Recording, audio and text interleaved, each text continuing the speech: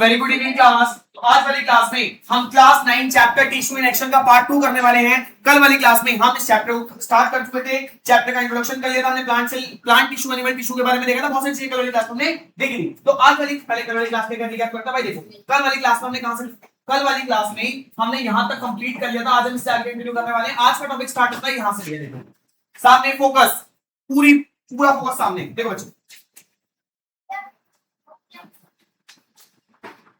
हाँ देखिए, thus plant have three types of meristematical tissue.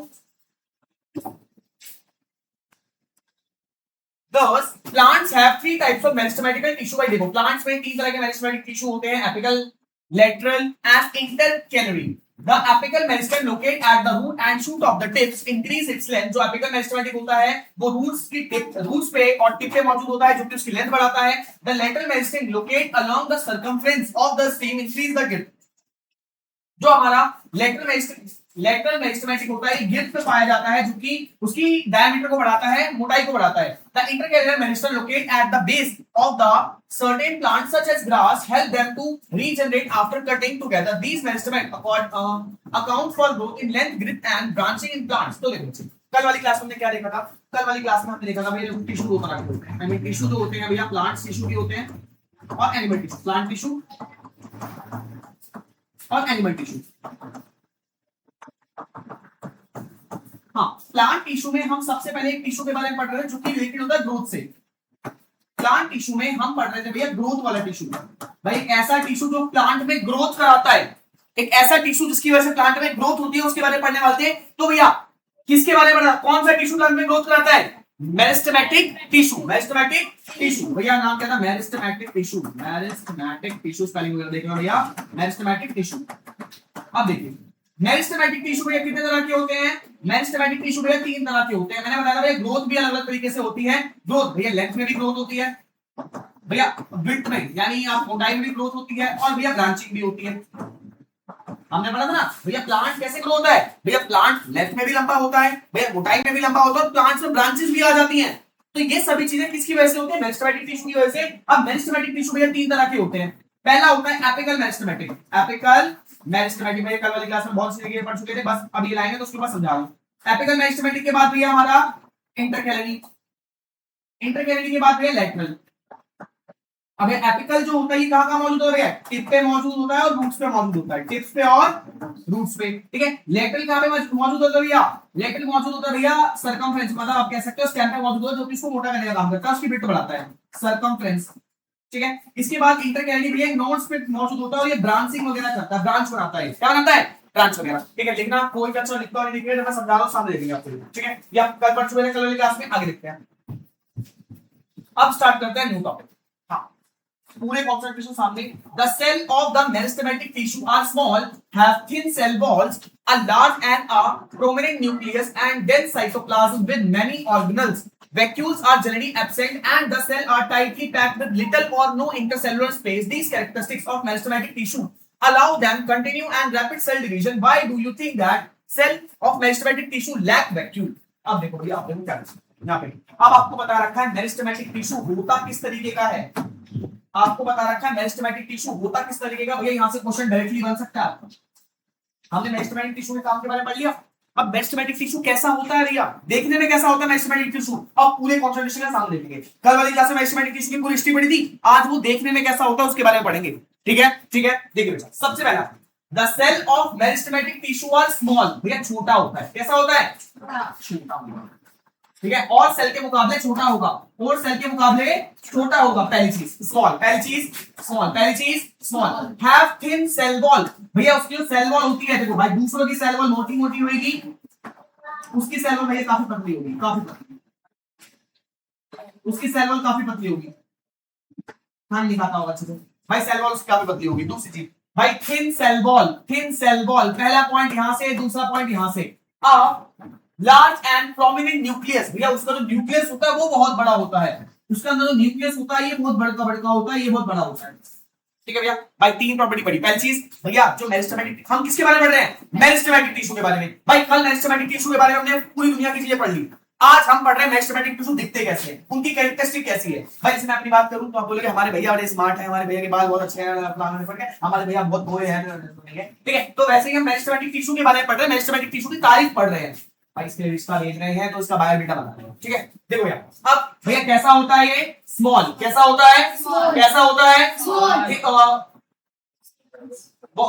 Cell wall कैसी होती है थिन, सेल वॉल कैसी होती है थिन। दूसरी चीज तीसरी चीज भाई न्यूक्लियस कैसा होता है, न्यूक्लियस बहुत बड़ा होता है, न्यूक्लियस बहुत बड़ा होता है, ठीक है। Have dense cytoplasm with many organelles, vacuole are generally absent. अब भैया आपने एक चीज पढ़ी थी कि हमारा जो प्लांट सेल होता है उसमें बहुत बड़ा वैक्यूल होता है, हमारा जो प्लांट सेल होता है उसमें बहुत बड़ा वैक्यूल होता है, इसमें ऐसा नहीं होता, इसमें वैक्यूल एब्सेंट होगा, जनरली होगा तो बहुत छोटा होगा वरना एब्सेंट होगा। है भैया प्लांट सेल होते हैं उसमें वैक्यूल नहीं है, प्लांट सेल होते हैं उसमें वैक्यूल नहीं है भाई, वैक्यूल इसलिए नहीं है क्योंकि इसको डिवाइड करना होता है, क्या करना होता है डिवाइड। अब भैया इसके अंदर वैक्यूल होगा तो वैक्यूल तो उसको भैया इसके अंदर ज्यादा जगह नहीं बचेगी, तो उसको भाई जगह चाहिए, इसको डिवाइड होने के लिए जगह चाहिए होती है, डिवाइड होने के लिए जगह चाहिए होती है। जैसे मान लीजिए अगर एक बंद कमरा है भैया, उसमें पहले ही जगह ही नहीं है, बिल्कुल पहले उसमें जगह नहीं है, तो क्या और सामान उसमें ला सकते हैं हम, नहीं ला सकते क्योंकि उसमें जगह ही नहीं है। तो इसलिए भैया उसके अंदर वैक्यूल नहीं होता ताकि उसके अंदर स्पेस बना रहे, ताकि उसके अंदर स्पेस बना रहे, वो इजीली डिवाइड हो सके, इजीली डिवाइड हो सके। भाई देखो मेरिस्टेमेटिक काम होता है ग्रोथ करना, तो ग्रोथ करने के लिए उसको डिवाइड होना पड़ता है बार बार,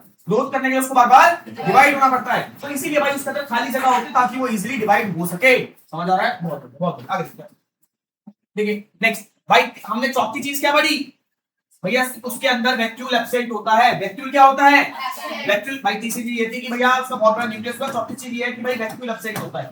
आगे and the cell are tightly packed with little और नो इंटरसेलुलर स्पेस, भैया वो टाइटली सेल जो होता है टाइटली पैक होता है। Next these characteristic of meristematic tissue allow them to continue and rapid cell division। अब भैया उसके अंदर भाई वैक्यूल वगैरह नहीं होता, ये जो उसकी प्रॉपर्टीज होती है ना, ये उसको रैपिडली डिवाइड करने में हेल्प करती है, रैपिडली डिवाइड करने में हेल्प करती है। आपसे ये ना पूछे कि भाई मेरिस्टेमेटिक टिश्यू की प्रॉपर्टीज क्या होती है, सीधा क्वेश्चन नहीं देंगे, आपसे ये नहीं पूछेंगे कि write the characteristic of meristematic tissue, ये नहीं पूछेंगे, आपसे पूछेंगे write the properties by which help meristematic tissue to divide rapidly. उन प्रॉपर्टीज के बारे में लिखो जो मेरिस्टेमेटिक टिश्यू को रैपिडली डिवाइड होने में हेल्प करता है। और ये आई रिपीट बहुत अच्छा क्वेश्चन है, क्वेश्चन भाई मैं टेस्ट में जरूर दूंगा और मेरे पॉइंट ऑफ व्यू से काफी इंपॉर्टेंट क्वेश्चन है। उन प्रॉपर्टीज के बारे में लिखो जो मेरिस्टेमेटिक टिश्यू को रैपिडली डिवाइड होने में हेल्प करता है। 5 चीजें पढ़ी हमने। पहली चीज भैया स्मॉल होता है, क्या होता है भाई, बड़ी चीज होगी तो उसको बनाने में टाइम लगेगा, छोटी चीज होती है तो बहुत इजीली बन जाती है, भाई स्मॉल होती है, क्या होती है दूसरी चीज thin cell wall, cell wall बहुत पतली होती है, सेल वॉल बहुत पतली होती है। भैया न्यूक्लियस बहुत बड़ा होता है, न्यूक्लियस बड़ा होगा दिमाग बड़ा होगा, उसको मैं जल्दी रैपिड डिवो करेगा, न्यूक्लियस बहुत बड़ा होता है, वैक्यूल नहीं होता। इसके बाद उसके अंदर हर चीज टाइटली पैक होती है, ठीक है, उसके अंदर हर चीज टाइटली पैक होती है, बात करना ना। तो ये 5 प्रॉपर्टीज आपने पढ़ी भाई, टाइटली पैक होती है, उसके अंदर भाई नो इंटरसेलुलर स्पेस नहीं होता, 5 चीज। तो इन पांचों चीजों के बारे में लिखना है। क्वेश्चन कैसा बनेगा, write the properties of meristematic tissue which help them to divide rapidly. भैया मेरिस्टेमेटिक टिश्यू की उस प्रॉपर्टी के बारे में लिखो जिससे वो रैपिडली डिवाइड हो सकता है। तो इन 5 प्रॉपर्टीज के बारे में लिखना है, काफी ज्यादा इंपॉर्टेंट टॉपिक है ये पूरा पैराग्राफ बहुत इंपॉर्टेंट है, वेरी इंपॉर्टेंट। और इसके ऊपर अगर आपको सिर्फ और सिर्फ मेरिस्टेमेटिक टिश्यू के बारे में जानना है तो ये वाला पैराग्राफ बहुत अच्छा है। इसके ऊपर वाला टिश्यू मेरिस्टेमेटिक टिश्यू के लिए बहुत इंपॉर्टेंट है, ये काफी इंपॉर्टेंट पैराग्राफ है। समझ आया, समझ आया। मेरिस्टेमेटिक टिश्यू कैसा दिखता है भैया, पहली चीज दूसरी चीज तीन सेल वॉल, तीसरी चीज लार्ज न्यूक्लियस, चौथी चीज वैक्यूल एब्सेंट, पांचवी चीज टाइटली पैक्ड, ठीक है, याद होना चाहिए। आगे देखो। हाँ भैया, अब due to continuous cell division meristematic tissue add new cell to the plant body. भैया देखो कंटिन्यू डिवाइड होते रहते हैं, मेरिस्टेमेटिक टिश्यू कंटिन्यू डिवाइड होते रहते हैं, तो प्लांट में नई नई चीजें ऐड ऑन करते रहते हैं, प्लांट में नई नई चीजें ऐड ऑन करते रहते हैं। भाई due to continuous cell division meristematic tissue add new cells to the plant, some of the newly formed cell remain meristematic while other lose the ability to divide, the cell lose their ability to divide, undergoes change in structure and function, become the permanent tissue। बहुत important है। आगे देखो, ये देखो, अब ये देखो पेड़ है, आगे पे इसको समझते हैं। देखो यार, पेड़ है हमारे पास,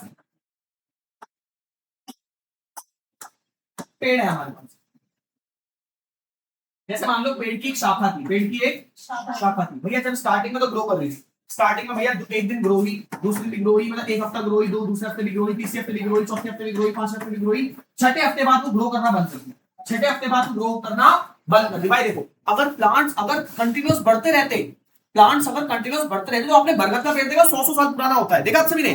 तो वो 100 साल पुराना तो वो तो बहुत बड़ा हो जाना चाहिए था, वो तो बहुत बड़ा हो जाना चाहिए था भाई, कई किलोमीटर में फैल जाना चाहिए था वो तो, लेकिन ऐसा नहीं होता भैया। देखो हमने पढ़ा मेरिस्टेमेटिक टिश्यू प्लांट को ग्रो कराता है, क्या कराता है? ग्रो, लेकिन एक सर्टेन एज तक, एक सर्टेन एज तक। जैसे भाई हम है भाई, अभी आप लोग टीन एज में हो तो आपकी हाइट बढ़ती है, लेकिन एक सर्टेन एज के बाद आपकी हाइट बढ़ना रुक जाती है। अगर आप पूरी जिंदगी बढ़ते रहते तो आप कितने लंबे हो जाते, आप आसमान तक पहुंच जाते। ऐसा होता नहीं होता? सेम ऐसे ही प्लांट्स में भी होता है भैया। प्लांट्स में मेरिस्टेमेटिक टिश्यू ग्रो कराता है, प्लांट में मेरिस्टेमेटिक टिश्यू ग्रो कराता है, लेकिन एक सर्टेन टाइम तक, एक सर्टेन टाइम तक भैया। जब वो सर्टेन टाइम पूरा हो जाता है तो उसके बाद वो ग्रो करना बंद कर देते हैं। सबका अलग अलग टाइम होता है, किसी का मैं ऐसे नहीं बोल सकती। देखो आपको ये जानते हो कि कुछ पेड़ जो होते हैं वो जल्दी उग जाते हैं, कुछ पेड़ जो होते हैं जल्दी नहीं उगते। अब बैम्बू की बात करें, बांस की बात करें, तो भाई बांस को स्टार्टिंग में आप कह सकते हो 6-7 महीने कोई असर दिखता ही नहीं, फिर उसके बाद बांस जो है एकदम से उगना स्टार्ट हो जाता है। एक तरह का भाई बैम्बू होता है, उसमें स्टार्टिंग में तो वो उगने में बहुत टाइम लगाता है, उसका बीज हो गया जो भी होता है स्टार्टिंग में बहुत टाइम लगाएगा भाई, 2 हफ्ता 3 हफ्ता, 2 महीने 3 महीने पानी दे रहे हो, उग ही नहीं रहा हो, आप सोचोगे खराब हो गया, लेकिन जब वो उगना स्टार्ट होगा तो एकदम से बहुत ऊंचा हो जाएगा, एकदम से। ठीक है, तो मतलब अलग अलग प्लांट्स का अलग अलग मामला होता है। तो आपको बस ये समझना है कि मेरिस्टेमेटिक टिश्यू भैया प्लांट को ग्रो कराते हैं, लेकिन एक सर्टेन टाइम पीरियड तक। जब वो सर्टेन टाइम पीरियड आ जाता है तो प्लांट जो होते हैं वो ग्रो करना बंद कर देते हैं, वो जो पार्ट्स होते हैं वो ग्रो करना बंद कर देते हैं। मतलब जाहिर सी बात है, सोचो अगर प्लांट पूरी जिंदगी ग्रो करता रहेगा तो प्लांट कितना बड़ा हो जाएगा, कई किलोमीटर तक फैल जाएगा वो तो, है ना? तो देखो मेरिस्टेमेटिक टिश्यू जब ग्रो करना बंद कर देते हैं तो वो परमानेंट टिश्यू बन जाते हैं। क्या बन जाते हैं? Permanent tissue. परमानेंट, जब मेरिस्टेमेटिक टिश्यू ग्रो करना बंद कर देते हैं तो वो परमानेंट टिश्यू बन जाते हैं, और फिर वो प्लांट को सपोर्ट करने का, स्टोर करने का, मतलब अंदर सामान स्टोर करने का, इन सब चीजों का काम करते हैं। तो यही बोला गया, धीरे करके पढ़ते हैं इसके बारे में। आपको ये समझ आया? एक बार दोबारा देखो, ड्यू टू यहां देखो, some of the newly form cell remain meristematic tissue while other lose the ability of the divide. अब देखो कुछ मेरिस्टेमेटिक टिश्यू जब पूरी तरीके से ग्रो हो जाते हैं, कुछ मेरिस्टेमेटिक टिश्यू जब पूरी तरीके से ग्रो हो जाते हैं तो अपनी एबिलिटी को लूज कर देते हैं, डिवाइड होने की एबिलिटी को लूज कर देते हैं और बढ़ना बंद कर देते हैं। आगे, the cell lose the ability to divide and change into structure and function and become permanent tissue, और फिर वो परमानेंट टिश्यू बन जाते हैं, परमानेंट टिश्यू वो बन जाते हैं। मेरिस्टेमेटिक टिश्यू जब पूरी तरीके से ग्रो हो जाता है, मेरिस्टेमेटिक टिश्यू जब पूरी तरीके से ग्रो हो जाता है तो क्या बन जाता है? क्या बन जाता है? Permanent tissue. बहुत बढ़िया। देखो मेरिस्टेमेटिक टिश्यू परमानेंट टिश्यू बन सकता है, लेकिन परमानेंट टिश्यू मेरिस्टेमेटिक टिश्यू नहीं बन सकता। क्या मेरिस्टेमेटिक टिश्यू परमानेंट टिश्यू बन सकता है, लेकिन परमानेंट टिश्यू मेरिस्टेमेटिक टिश्यू नहीं बन सकता। समझ रहे हो? ओके, बहुत बढ़िया। आगे, these cells become specialized to perform specific function such as support, transport और storage। एक सेकेंड देखो भैया, अब वो जब भाई परमानेंट, अब वो भाई परमानेंट टिश्यू बनने के बाद क्या काम करते हैं भैया? वो प्लांट को सपोर्ट करने का काम करते हैं, ट्रांसपोर्टेशन में काम करते हैं और स्टोरेज में काम करते हैं। ठीक है, द प्रोसेस, अब भाई ये काफी इंपॉर्टेंट क्वेश्चन आ रहा है, यहां से देखना, और मैं कह सकता हूं बहुत इंपॉर्टेंट क्वेश्चन है। The process by which meristematic tissue become specialised to perform specific function is called differentiation. अब भाई देखो मेरिस्टेमेटिक टिश्यू का, मेरिस्टेमेटिक टिश्यू का परमानेंट टिश्यू बनना, परमानेंट टिश्यू बनना, मेरिस्टेमेटिक टिश्यू का परमानेंट टिश्यू बनना, ये जो प्रोसेस है इसको बोलते हैं डिफरेंशिएशन। क्या बोलते हैं भैया? डिफरेंशिएशन। भाई काफी अच्छा टॉपिक है, काफी इंपॉर्टेंट क्वेश्चन है भाई। डिफरेंशिएशन क्या होता है? The process by which meristematic tissue become the permanent tissue. वो प्रोसेस जिसमें मेरिस्टेमेटिक टिश्यू परमानेंट टिश्यू बन जाता है उसको हम बोलते हैं डिफरेंशिएशन। क्या बोलते हैं भाई? दो बहुत अच्छे क्वेश्चन पढ़े, दो बहुत इंपॉर्टेंट क्वेश्चन पढ़े हमने। तो सबसे पहले क्वेश्चन हमने पढ़ा था भैया कि मेरिस्टेमेटिक टिश्यू कैसा होता है, कौन सी प्रॉपर्टी जो मेरिस्टेमेटिक टिश्यू को जल्दी जल्दी रैपिड डिवीजन कराती है। दूसरी प्रॉपर्टी हमने क्या पढ़ी? दूसरी प्रॉपर्टी हमने पढ़ी हमने डिफरेंशिएशन क्या होता है। भाई मेरिस्टेमेटिक टिश्यू जब पूरी तरीके से ग्रो हो जाता है वो परमानेंट टिश्यू बन जाता है, और परमानेंट टिश्यू बनने के बाद वो तीन चीजों में हेल्प करता है, आगे बहुत सारी चीजों में हेल्प करता है भाई। सपोर्ट करता है, ट्रांसपोर्ट करता है, स्टोरेज करता है। सपोर्ट करता है, ट्रांसपोर्ट करता है और स्टोरेज करता है। समझ आ रहा है? समझ आ रहा है? बस एक सेकंड बोल जाओ। हाँ जी क्लास, आगे कंटिन्यू करते हैं। अब देखिए आवाज है, meristematic tissue become permanent tissue by the process of differentiation. भाई हम बात कर चुके हैं, मेरिस्टेमेटिक टिश्यू भैया परमानेंट टिश्यू बन जाते हैं, कौन से प्रोसेस? Differentiation process. अब पढ़ते हैं आगे परमानेंट टिश्यू के बारे में। भाई परमानेंट टिश्यू क्या है, क्या हिसाब किताब है इसका, देखते हैं। देखो बच्चों, examine the transverse section of the root or stem and the vertical section of the leaf of any herbivorous plant under a microscope. The internal structure of the transverse section of a sunflower stem as seen under a microscope is shown in figure 3.7. What you observe are all the cells similar in shape and size. How many different type of tissues can you identify? What difference do you notice among them? What might be? अब देखो कहने का मतलब क्या है, आपको बोला गया है, अब हम पढ़ रहे हैं परमानेंट टिश्यू के बारे में। अब यहाँ पे आपको बोला गया है कि आपने भैया आप किसी भी हार्बीवोरस प्लांट को जल्दी सनफ्लावर को लिया, उसको हमने किसके अंदर देखा, मैं माइक्रोस्कोप के अंदर देखा। अब हमें भाई उसमें बहुत सारे सेल देखने को मिले, अब उन सेल की शेप अलग अलग थी। अभी देखते हैं नेक्स्ट क्वेश्चन होते हैं। देखो हाँ, यहाँ पे बहुत ही प्यारा डायग्राम दे रखा है आपको, थोड़ा प्यारा बना है। गाइस अभी ना बस समझना, थोड़ा सा ना कंफ्यूजिंग टॉपिक आने वाला है, हल्का समझ, पूरा फोकस यहाँ रखना। इधर आपको ना यहाँ पे एक सनफ्लावर का वो रखा था, और यहाँ पर ना आपको एक जरा अंदर माइक्रोस्कोप। हाँ भैया, तो यहाँ पर आपको बोल रखा है परमानेंट। देखो यहाँ पर ना आपको एक भैया कोई भी प्लांट है तो माइक्रोस्कोप के अंदर करके दिखा रखा है। अब इसमें आपको भैया क्या देखने को मिलेगा, इसमें आपको भैया अलग अलग तरह के सेल मिलेंगे। देखो भैया कुछ सेल छोटे हैं, कुछ सेल बड़े हैं, कुछ सेल की अलग शेप है, कुछ सेल की अलग शेप है, अलग अलग सेल के शेप मिल रहे हैं भैया। कुछ बड़े हैं, कुछ छोटे हैं, किसी की शेप अलग है, किसी की शेप अलग है। तो आपको ये सब चीज देखने को मिल रहे हैं। सामने देखिए ये सब देखने को मिल रहा है आपको। अब देखो, might be the reason for the presence of different type of cells and tissue. You can see that different group of cells are present in the transverse section of the sunflower stem and each tissue is specialized to perform a specific function. These are permanent tissues. अब आपको बोला गया, आपने एक भाई कोई भी sunflower का स्टेम लिया, सनफ्लावर लेने को, ये क्या है, इसको प्रॉपर समझो उसको। अरे एक सेकंड, एक मिनट अच्छा मैं आपको पूरा दिखा रहा हूं। इधर देखो, हमने भाई क्या करा, हमने सनफ्लावर प्लांट है, सनफ्लावर प्लांट के लिए स्टेम ली, स्टेम को काट दिया, छोटे से बिल्कुल छोटा हिस्सा लिया स्टेम का, छोटा सा हिस्सा, उसको अंदर भाई ऐसा था, उसको माइक्रोस्कोप के अंदर देखा तो हमने देखा भैया इसमें अलग अलग तरह के सेल्स हैं, अलग अलग तरह के सेल्स हैं, अलग अलग तरह के सेल्स है, टिश्यू है। तो आप अगर नाम देखोगे तो epidermic, sorry epidermal hair, epidermis, cuticle, ठीक है। अब collenchyma, parenchyma, sclerenchyma, phloem, lateral meristem, xylem, ground tissue, tension not, सब चीजों के बारे में पढ़ना है, सब चीजों के बारे में डिटेल में पढ़ोगे। जितने डिटेल में सॉरी जितने डिटेल में हमने मेरिस्टेमेटिक टिश्यू के बारे में पढ़ा, इन सब के बारे में उतना डिटेल पढ़ने वाले हैं, मजा आएगा। अभी कहानी स्टार्ट हुई है, अभी चैप्टर स्टार्ट हुआ, अभी तक सुधा वो ट्रेलर, ठीक है। देखो आपको लगे घबराना नहीं है, एक टॉपिक आराम समझेंगे, बेसिक टाइम लगे, हफ्ता लगे, 7 दिन लगे, 10 दिन लगे, बट चीजों को समझते जाएंगे, ऐसा कि लर्न हो जाए साथ साथ, ठीक है।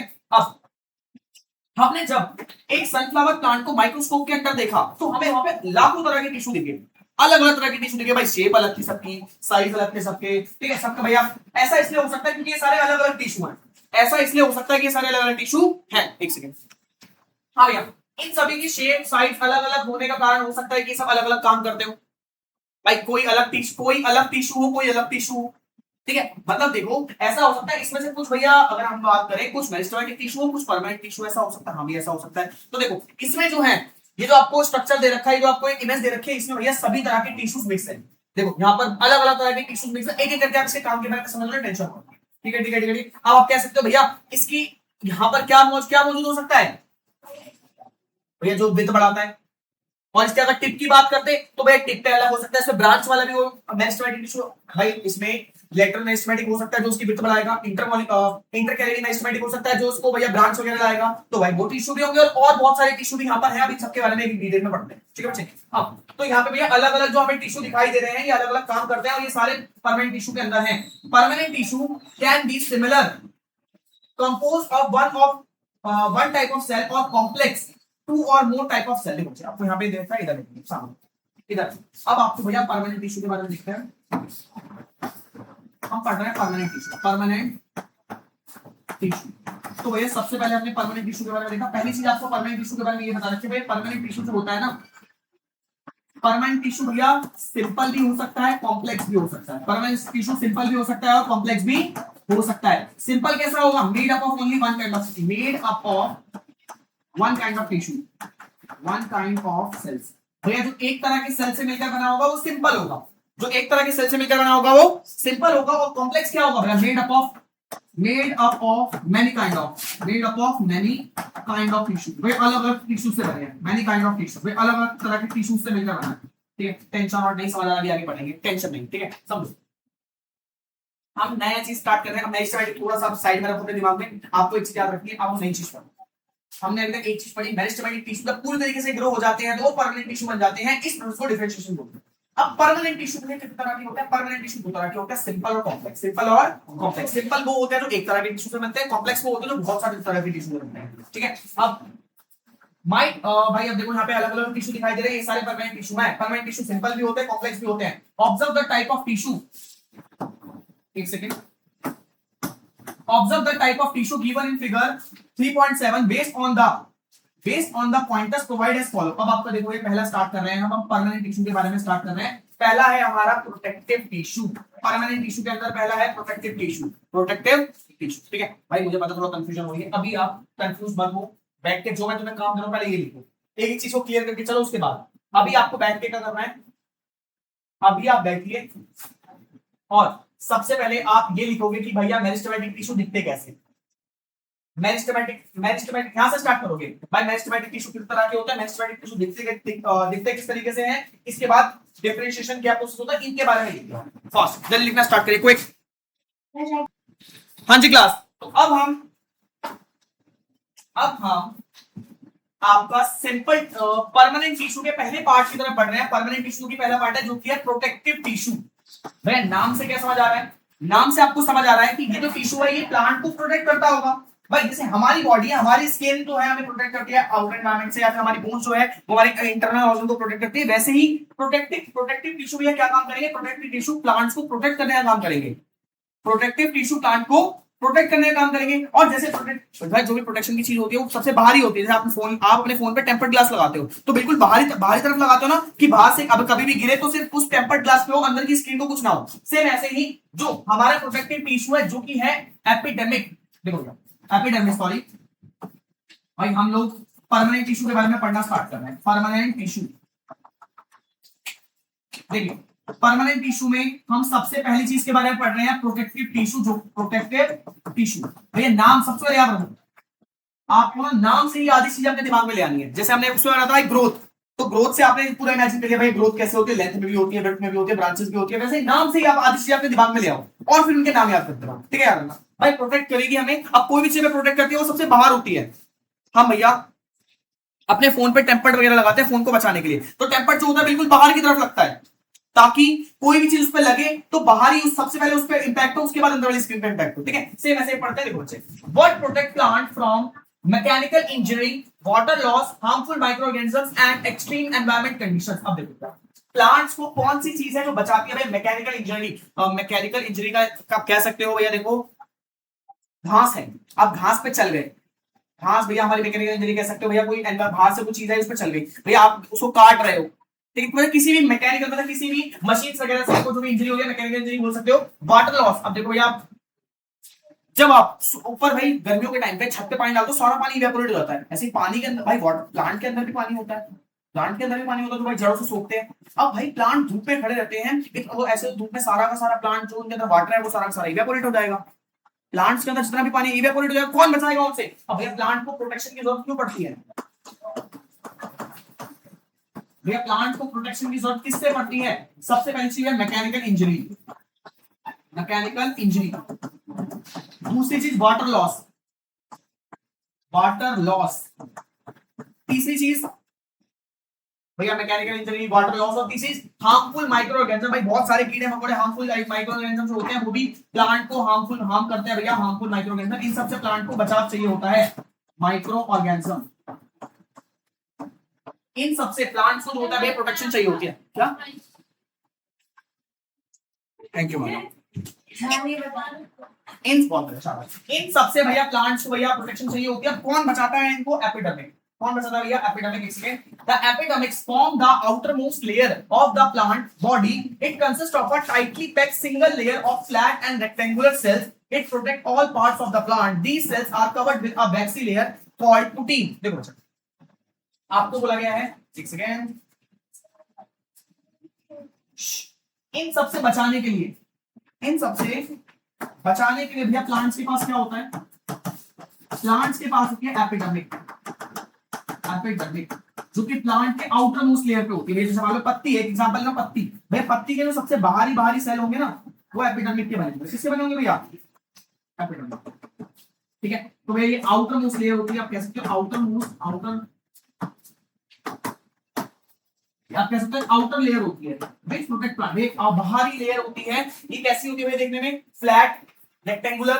देखो यार, it consist of a tightly packed single layer of flat rectangular cells. भैया सिंगल लेयर होती है, कैसी होती है, सिंगल लेयर, फ्लैट और रेक्टेंगुलर, फ्लैट और रेक्टेंगुलर। भैया सबसे पहले इसके बारे में देखते हैं। आउटर लेयर होती है सिंगल होती है, सिंगल लेयर, फ्लैट होती है और रेक्टेंगुलर होती है। भैया प्लांट्स के बाहर एक, प्लांट के सबसे बाहर एक आउटर लेयर होती है जो कि सिंगल लेयर से बनी होती है, फ्लैट और रेक्टेंगुलर होती है। ठीक है, अब इसके ऊपर एक और चीज मान लीजिए, आपने देखा होगा कभी पत्ती लेना, भाई कभी जंगली पौधे जाओ पत्ती देखना, आप देखोगे पत्ती के ऊपर थोड़ी वैक्सी लेयर, मतलब वैक्स लगा होता है थोड़ा सा। ठीक है, ऊपर की तरफ होता है, नीचे की तरफ नहीं होता। अब वो जो वैक्स होता है उसको बोलते हैं कुटीन। भैया प्लांट्स के ऊपर है एक और प्रोटेक्टिव लेयर होती है, उसको कुटीन बोलते हैं। प्लांट्स की सबसे आउटर मोस्ट लेयर पे एक वैक्स होती है जो कि क्या करती है, सूरज की डायरेक्ट जो रेज आती है वो प्लांट्स की लीव्स पे पड़ती है, उसको अंदर तक नहीं जाने देती, उसको अंदर तक नहीं जाने देती। ठीक है, जिससे क्या होता है भैया, अंदर से वाटर इवेपोरेट कम होता है। ठीक है, इसको बोलते हैं कुटीन, इसको बोलते हैं कुटीन। सबसे पहले भैया आप अभी एपिडर्मिक के बारे में लिखोगे, एपिडर्मिक के बाद आप कुटीन के बारे में लिखोगे। दो चीजों के बारे में समझो, देना हम आगे बढ़ते हैं। ठीक है, जल्दी से इन दो चीजों के बारे में लिखो फास्ट, एपिडर्मिक के बारे में, कुटीन के बारे में, क्विक। हाँ जी क्लास, तो अभी मैं आप लोगों को एक बार एपिडर्मिस और कुटीन के बारे में दोबारा से बता देता हूं ताकि आपको कोई दिक्कत ना हो। भाई देखो यहाँ पे मैंने क्या करा, यहाँ पे मैंने एक पत्ती का छोटा सा हिस्सा ले लिया, उसको माइक्रोस्कोप के अंदर जूम कर दिया। ठीक है, अब यहाँ पर आपको क्या देखने को मिल रहा है, भाई आपको कुछ नहीं देखना, भाई इतने बड़े बड़े सेल्स कौन से हैं, कौन से टिश्यू है, कुछ नहीं देखना, आपको सिर्फ ऊपर के टिश्यू देखना। सबसे पहले ऊपर देखिए, यहाँ पर आपको ये लिखना है, इधर देखो, मैं थोड़ा ब्लैक पेन से करता हूँ, भाई ये थिक और रेक्टेंगुलर, ये दिखा टिश्यू, थिक और रेक्टेंगुलर, थिक और रेक्टेंगुलर। मैंने आपको क्या बताया था एपिडर्मिस कैसे होते हैं भैया, थिक और रेक्टेंगुलर, थिक और बताया था भाई, पतले पतले रेक्टेंगुलर रेक्टेंगुलर दिख रहे हैं ना, ये क्या है, ये एपिडर्मिस। ये क्या है भाई, प्लांट के सबसे बाहर है, प्लांट के सबसे बाहर है। अब इसके ऊपर ना एक और चीज होती है जिसको बोलते हैं, भाई देखो यहाँ पे ना एक वैक्स की लेयर है, भाई यहाँ पे एक वैक्स की लेयर है। ठीक है, इसको बोलते हैं कुटीन, सॉरी कुटिकल। क्या बोलते हैं भैया, कुटिकल। इसका काम क्या होता है भैया, इसका काम होता है सूरज से आने वाली डायरेक्ट जो रेज होती है ना, सूरज से आने वाली जो डायरेक्ट रेज होती है भैया, उसको अंदर एंटर करने से रोकता है, उसको अंदर एंटर करने से रोकता है। तो याद रखना भैया, प्लांट की जो पत्ती है, प्लांट का कोई भी पार्ट है भैया, अगर लीव्स ज्यादा, अगर लीव्स की बात करो तो लीव्स में सबसे ऊपर कुटीन, एक वैक्स की लेयर होगी जो कुटीन, सॉरी कुटिकल कहलाएगा। क्या कहलाएगा, कुटिकल। कुटिकल का काम क्या होता है भैया, पत्ती का माइक्रोस्कोपिक वर्जन है। एक पत्ती ली, पत्ती का छोटा टुकड़ा करा भैया, उसको माइक्रोस्कोप के अंदर देखा, पत्ती ऐसी दिख रही है माइक्रोस्कोप के अंदर। ठीक है, अब पत्ती के सबसे ऊपर एक लेयर होती है, वही वैक्स की लेयर होती है, उसको बोलते हैं कुटिकल, जो कि एक काम करता है, डायरेक्टली सूरज से आने वाली जो रेज होती है उसको रोकता है, डायरेक्टली सूरज से आने वाली। अब भाई आप देखो एग्जांपल लेता हूं भाई, देखो अब आप लोगों ने, आप देखोगे जो बाइक राइडर्स होते हैं वो हाथ पे ब्लैक कलर की कवर स्लीव्स पहनते हैं। क्यों पहनते हैं, ताकि सूरज से आने वाली जो डायरेक्ट रेज है वो हमारी स्किन पे ना पड़े, सूरज से आने वाली डायरेक्ट रेज हमारी स्किन पे ना पड़े और टैनिंग ना हो। ठीक है भाई, आप प्रॉपर्ली देखोगे भाई, जो एरिया हमारी बॉडी का, जो एरिया हमने कपड़े से कवर कर रखा होता है वहां पे भाई टैनिंग नहीं होती, जो एरिया कपड़े से कवर नहीं होता वो डायरेक्ट सूरज के अपोज में होता है, तो भाई वहां पे टैनिंग हो जाती है। तो सेम ये भी काम करता है भैया, ये सूरज से बचने की एक लेयर होती है, सूरज की किरणों से बचने के लिए एक लेयर होती है जो कि भैया ट्रांसपिरेशन होने से रोकता है। ट्रांसपिरेशन में आगे पढ़ने वाले, ट्रांसपिरेशन इन द सेंस जो कि, तो ये क्या करता है भैया, सन की रेस से बचाता है, ताकि प्लांट के अंदर जो वाटर है, प्लांट के अंदर जो पानी है वो सारा इवेपोरेट ना हो जाए और प्लांट हमारा सूख के काटा ना हो जाए। ठीक है भैया, इसके बाद बाकी इसके अंदर जो ये लेयर होती है भैया, एपिडर्मिस की लेयर होती है, ये बचाता है। मान लीजिए यहाँ पे चाकू वाकू लग गया, कुछ कट होने लग गया, तो भैया पहले एपिडर्मिस डैमेज होगी, अंदर की चीज बाद में डैमेज होगी, पहले एपिडर्मिस डैमेज होगी, अंदर की चीज बाद में। हाँ बच्चे, कुछ प्लांट सूख जाता है बेटा, जब बहुत ज्यादा गर्मी होती है, जब बहुत ज्यादा धूप होती है, तो भैया एपिडर्मिस भी, ये कुटिकल भी कुछ काम नहीं कर पाता और प्लांट जो है वो सूख ही जाता है। ठीक है, लेकिन जितना ज्यादा कुटिकल होगा उतना ज्यादा प्लांट को सेफ्टी मिलेगी। ठीक है बच्चे, ठीक है, तो आज का टॉपिक हम यहीं पे फिनिश करते हैं। कल वाली क्लास में, एक सेकंड,